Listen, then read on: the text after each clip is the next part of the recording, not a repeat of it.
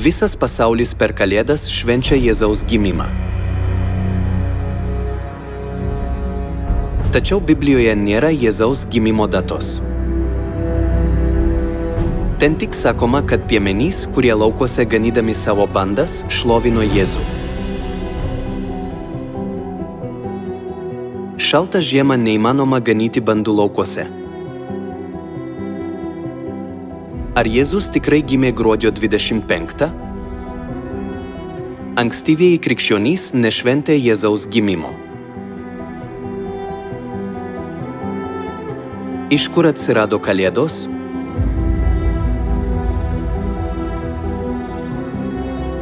Gruodžio 25 Kalėdos.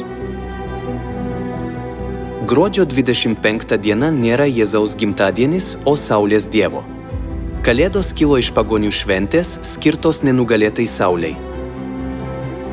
Ką? Kalėdos kilo iš pagonių šventės? Senovės Romoje nuo gruodžio 27 iki 24 diena vyko Saturnalijos festivalis. Per šią šventę žmonės linksmindavosi nepaisydami turto ar socialinės padėties. Ne, kaip tai įmanoma? Kalėdos gruodžio 25 nėra Jėzaus gimimo diena. Gruodžio 25, nuo kurios dienos pradeda ilgėti, buvo laikoma Dievo Mitros gimtadieniu. Romos katalikų bažnyčia, prisidengdama tikėjimo į Mitrą sugriovimu, šventė Saulės Dievo gimtadienį pakeisdama Jėzaus gimtadieniu. Kalėdų eglutė atsirado iš pagoniško medžio garbinimo ritualo. Kalėdų senelio su balta barzda, raudonų kostiumų atvaizdas buvo sukurtas 1931 metai Coca-Cola reklamai. Bažnyčios gerai žino, kad Kalėdos nėra Jėzaus gimimo diena. Tačiau jie vis tiek meluoja, kad Kalėdos yra Jėzaus gimimo diena. Krikščionys visiškai nesuvokia šio fakto.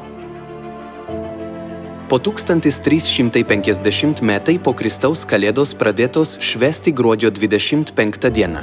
Po 1350 metai po Kristaus Jėzaus mokiniai ir apaštalai niekada neminėjo Kalėdų.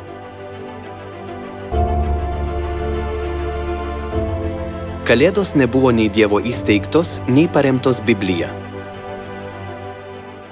Saulės Dievo gimimo dieną jie pakeitė į Jėzaus gimimo dieną. Tai siaubinga.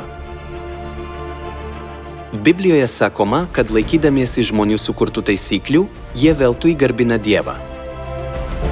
Biblijoje daugybę kartų rašoma, kaip izraelitai buvo sunaikinti sekdami pagonių papročiais.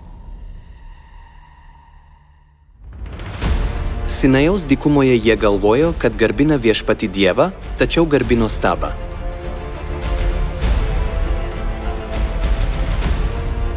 Šiaurės Izraelio karalius Jeroboamas šventė iš savo paties pasirinkto mėnesio, tvirtindamas, kad garbina Dievą.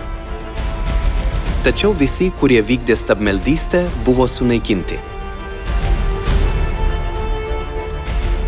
Lygiai taip pat, net jei jie teigia, jog Kalėdomis garbina Jėzų, tai tik stabmeldystė. Stabmeldystės pabaiga – sunaikinimas.